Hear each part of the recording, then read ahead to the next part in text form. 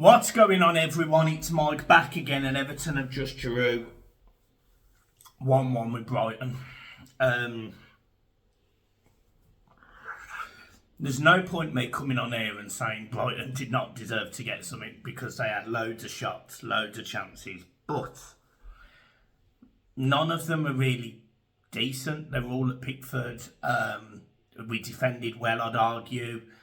They did have chances. I mean, we could have lost that game. They had that many chances. But we kept at it, And actually, up until the goals, you'd argue that Everton probably had the closest to a goal where Doucouré volley is saved off the line by, I think it was Lamperty.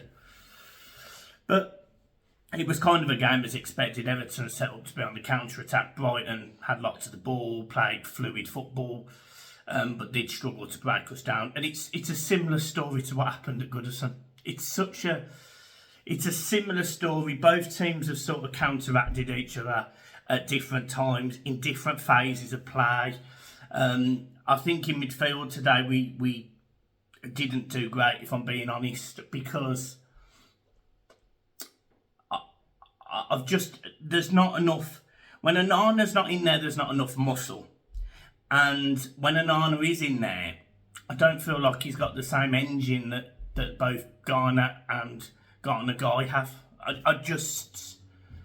It frustrates me. That's not a dig at Onana, by the way, because he adds other qualities. But it was frustrating. There was a few other frustrations. I don't know where they get 9 minutes from today. I've got no idea where 9 minutes comes from. I don't understand about how Everton just can't defend that corner, that set piece, that play. You know, when the ball comes in for Dunk's header, he has Godfrey and Onana in front of him, and he moves around Onana to get in between the two to get his header on it. It's mind-blowing how he's allowed to do that in the box in the 95th minute. You know, be strong, shoulder him, touch him. You know what, I'm sitting there. Put your hand on him so you know where he's going. You know, you don't have to grab him, you don't have to hold him or whatever, but make sure you know where he is. And Godfrey and Onana switched off. He switches round Onana, the ball comes over the top. Godfrey can't get there because he's a step ahead, and it's a sensational header that makes it 1-1. And if I'm being honest, it breaks the 3,000 Evertonian fans that have travelled there today, sung their hearts out. You know, that they were there singing Spirit of the Blues and all sorts. It's broken their heart. It's broken all the Evertonians that couldn't go and watch the game. We're sitting there broken because, again, we have not put away a team when we have been in front. Again, you know, this has happened a few times this season where we'll go 1-0 up and we'll end up drawing. We did it at home to Brighton. You know, 84th minute, they equalised at Goodison. You know, so you sit there, it's just so frustrating. And what was even worse today is we got a red card. They got a red card today. It's the first one Everton have been given against them, or for them against them, in ages. And literally, we can't hold on to a game. We did a terrible job at running the channels. Beto, the amount of times the ball was played through to him, and he can't do anything. He can't hold up the ball. He can't run in the channels properly. He hasn't got the pace to do anything constructive. I can't believe it. How is he coming on in front of someone like Schmidt, who, look, I am not saying we know enough about, but I know he's at least got a first touch, and I know he can run. I know he's quick. You know, this is a kid that scored goals in the under-23s. This is a kid that scored in the under-23s for Portugal. I can't understand what I'm seeing. But for me today, I can't blame Dyche. I can't sit there and blame Dyche. I fully blame the 11 players on that pitch. And another player that I'm going to single out slightly, not because I thought he had a bad game, not because I thought of anything in particular, but James Garner. James Garner's attitude today stunk. Every single time he got the ball or got dispossessed or a pass didn't go his way or something didn't happen, I saw his hands flop, I saw him sulking. And I don't have an issue with players being emotional, But we need you to keep your head in that game, and that didn't happen today. That didn't happen. Branthwaite scores a fantastic goal, and you know the ball comes over from Pickford. It's a header in, comes to his feet, and he scores a fantastic goal and makes it 1-0. And honestly, I thought after about 4 minutes, I thought Everton are going to hold on out. Then my phone pings, the TV goes, and you're sort of sitting there because the phone pings instantly and the TV goes 10 seconds later, and you sit there and you think, there you go. Happy days, fantastic news. Everton have thrown away another 2 points, a massive 2 points, by the way, by the fact that Luton haven't played this weekend and the fact that Forest have lost. A massive 2 points again thrown away. And honest to God, this Everton team, scandalous. Beto, there's no... I mean, what the frustrating thing is, in the second half, we were so much better. A ball gets whipped into the box. Beto, he completely mistimes it and then jumps under it.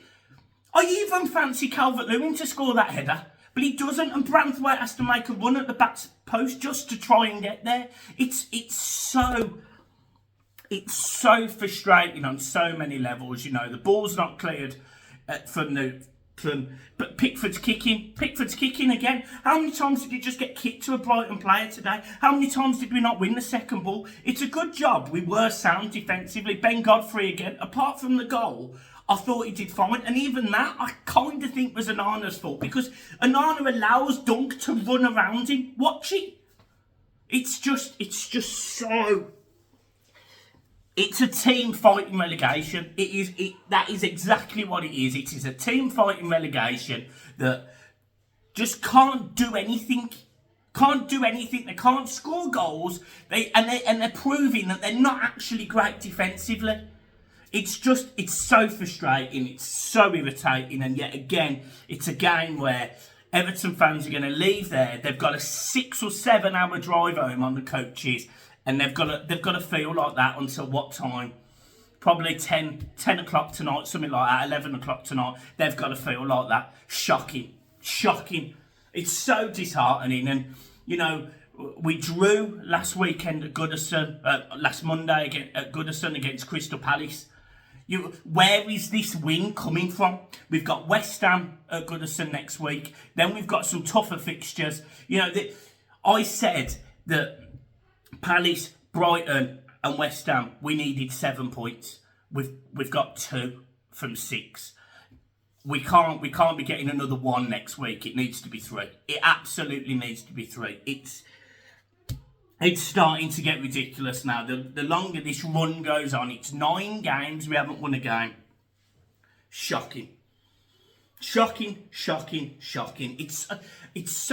so frustrated. But if you'd have offered me a 1-1 draw before the game, I'd have snapped your hand off.